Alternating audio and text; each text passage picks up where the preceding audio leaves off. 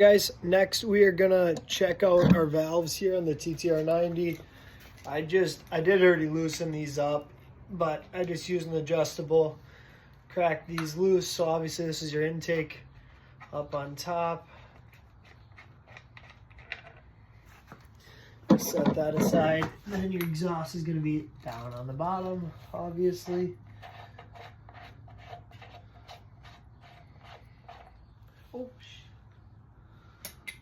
Oh, well, we're getting oil to the top end. I did just get the bike up on the stand, so that's probably why it's leaking a lot. I'm gonna go grab a rag for that.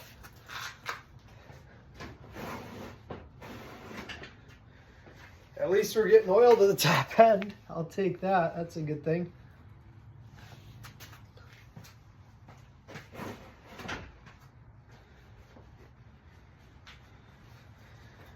Makes me wonder how much oil is in this bike.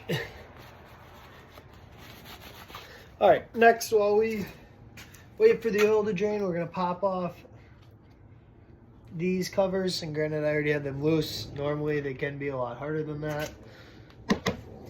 Take off our peep cover one as well.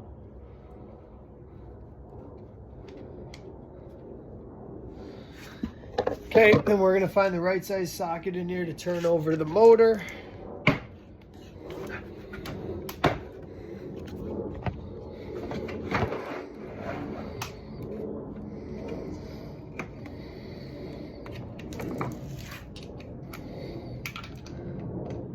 Three-quarters is a little big.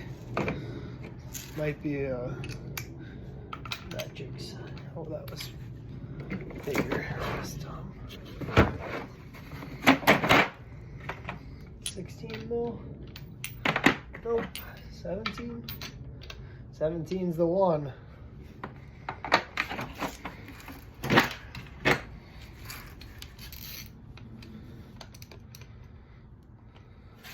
So I'm looking through this peephole right here to try and see two lines.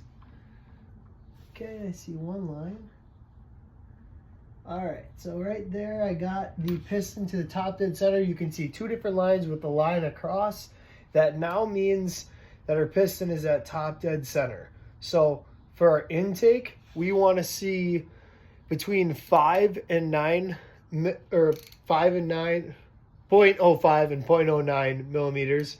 The exhaust, we want it to be between 0.08 and 0.12 millimeters. So let's check that. All right, guys, so we checked through our window. We have the double line with an H. I will show you that. The other thing I like to do is put a little screwdriver in the spark plug hole, make sure that piston is at the top. So now the next thing we're gonna do is grab our feeler gauges and try and stick them under the rocker. Like I said, the top.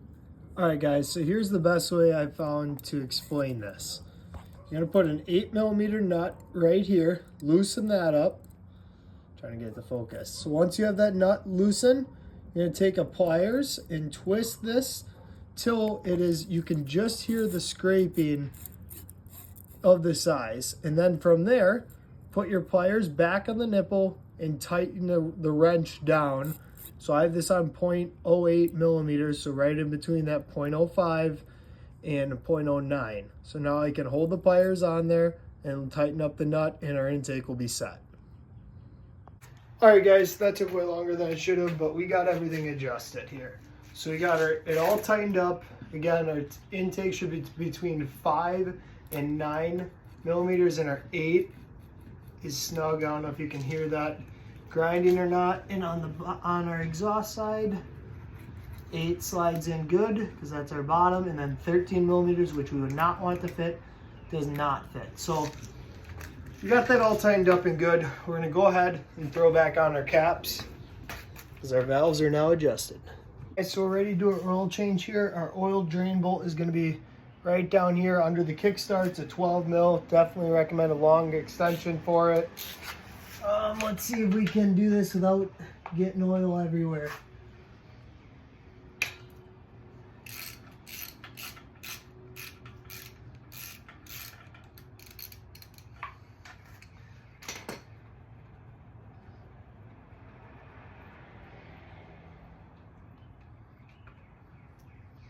Yeah, it's pretty dark. We're looking for metal chunks, any discoloration. I mean, you can tell the oil hasn't been changed in a while. We'll stick a magnet through the drain tank just to see if we get any chunks.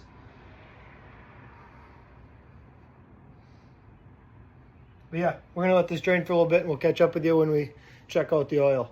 Guys, we got the old oil out of the bike. We are gonna put the new oil in now. We did not have any chunks. Everything was good. We are running 800 milliliters as the bike calls for. 10W40 wet clutch oil as always. So we put our drain bolt back in. There's no need to murder that, just make it tight. And we fill her up.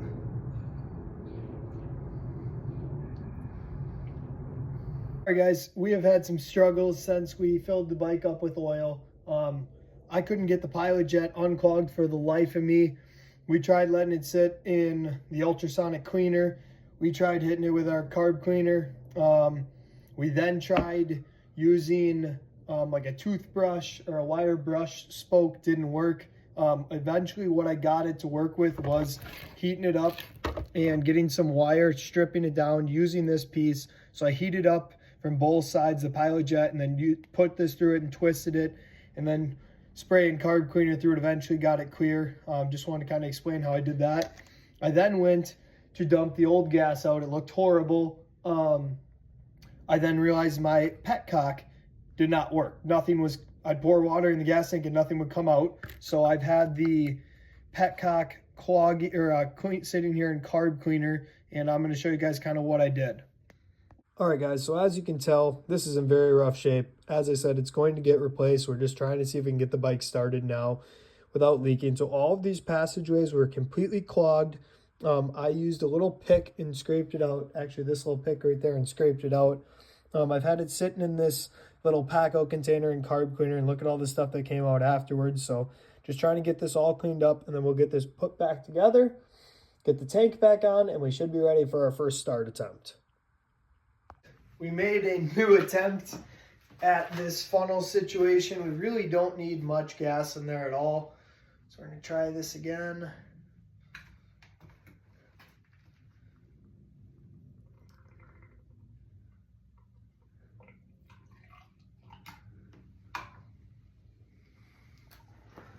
Well, our funnel is full. Our funnel is holding some gas, acting like a gas tank right now. So I'm going to count that as a win. And I don't see any leaks. So let's try and fire this thing up. Okay, so we checked, we have spark.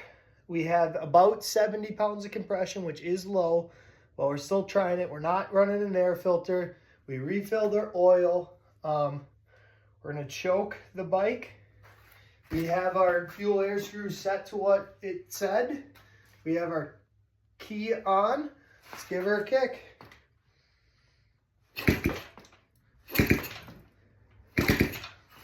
Try giving it some gas. Let's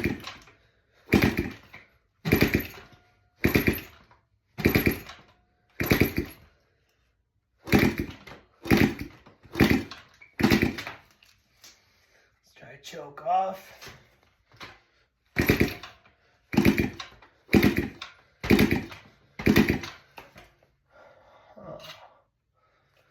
We got our key on. Our throttle cable's in there the right way. Tried our choke. No throttle. Try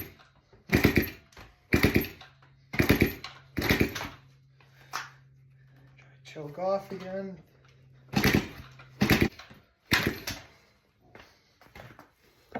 All right, so our first step in the teardown to fix the top end, pull our throttle cable, pull our electrical connection, pull our fuel line, pull off this breather hose.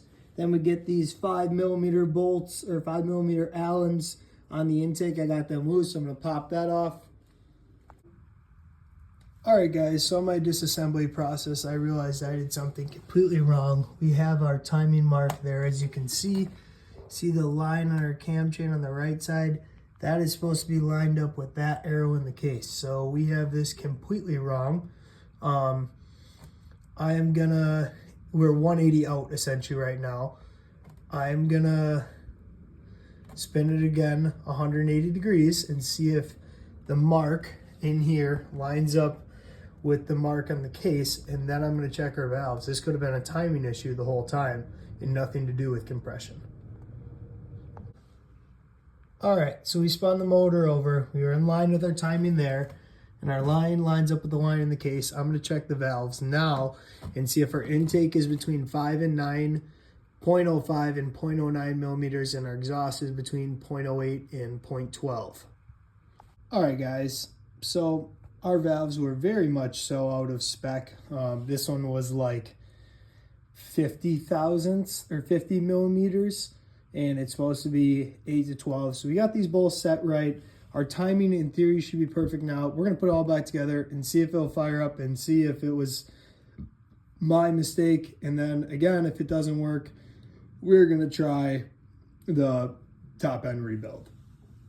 All right, guys, we got it all put back together. We now know we have spark. I just checked again. We have 70-ish pounds of compression, and our timing and valves is adjusted perfectly. So, and our carb is clean. So we're getting fuel, we're getting spark, we have some compression, and our timing is right. So if it doesn't fire up now, we know it is because of our top end. We got our gas system is working, our makeshift gas tank. Got our key on. We got it choked.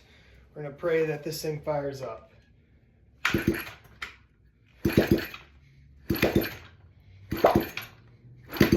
Obviously it sounds weird because there's no exhaust on the bike at all.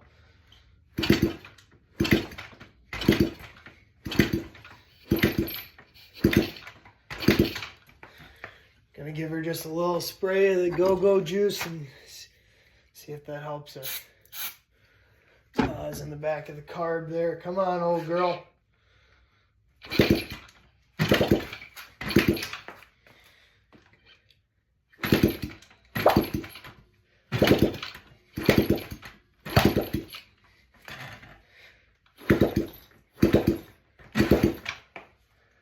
All right, well, it looks like we're doing a top end on this thing. We tried everything, guys. All right, guys, so the blue PW that we picked up with the TTR 90, we ended up ordering some factory jets. The only 3 main jet sizes that the website I bought from Partzilla offered was 65, 70, and 75.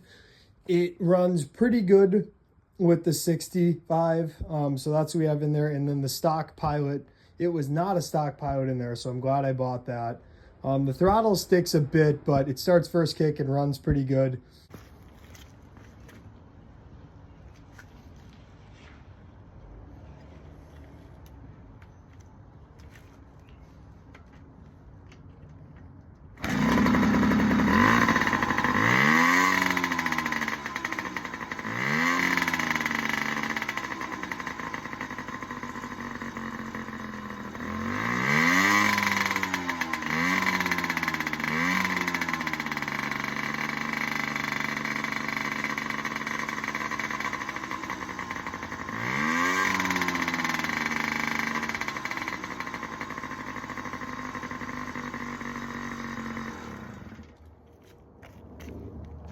We're just trying to make a quick flip on this one, so I'll insert a video, but the bike runs pretty good.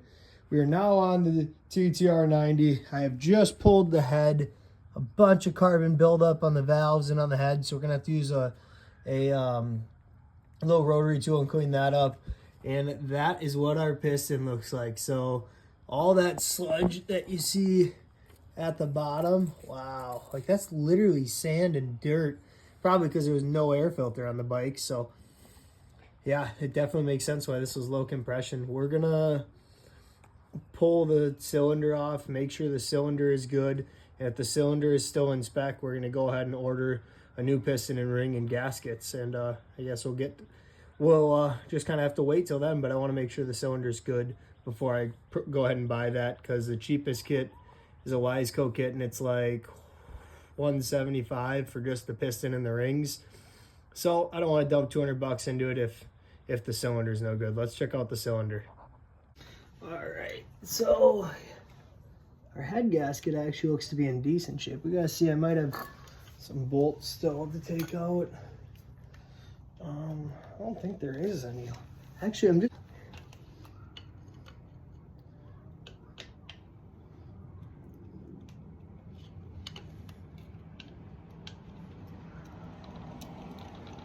kind of using a flathead and prying it in between the cylinder and the bottom end.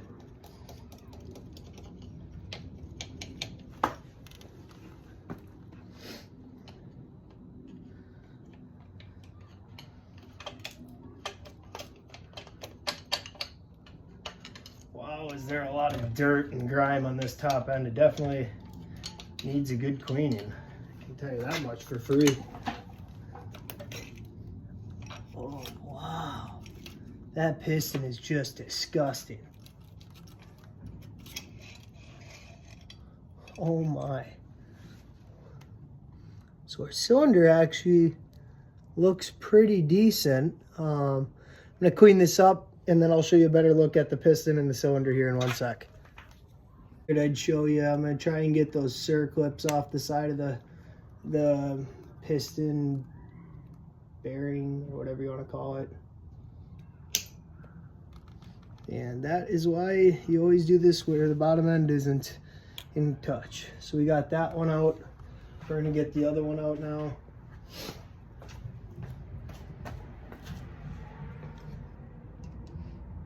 Because these things love to go flying. Actually, we can just push this bearing out now, I believe. In theory. Yep. Alright, I gotta grab something to get this. Oh, never mind. Came right off. Sweet. So, it's a good sign that that pin was still free. I'm gonna pull our parts up, get them up on the workbench so we can take a better look quick. One thing I did want to show you quick was so we can check our bottom end. There's very little play side to side, which is good, and literally nothing up and down. So that is perfect. So our bottom end is good. Let's check out the top end. All right, guys, so here was our piston bearing. You can see there's definitely some heat marks there. We have our two little circlips here. Here is our piston. It was installed the correct way. If you look at the sides of it, there's no nasty gouges or scrapes, nothing that catches your fingernail. So honestly, the piston looks pretty good. It's just like dirty. It's just, then that's not even oil, that's just dirt. The top of the piston was pretty dirty. You can see some carbon buildup and some of the finish was taken off, but like no major blemishes, which is really good to see. This top ring is half locked up. You can see it moves over there, but it doesn't move on that side. So that was definitely causing our low compression. This middle ring appears to be kind of moving, but on this side it doesn't move at all. And then our oil ring on the bottom moves freely. Really hard to show you. Oh, there we go. You can see it kind of. It's moving. But so piston didn't look that bad. It's just dirty.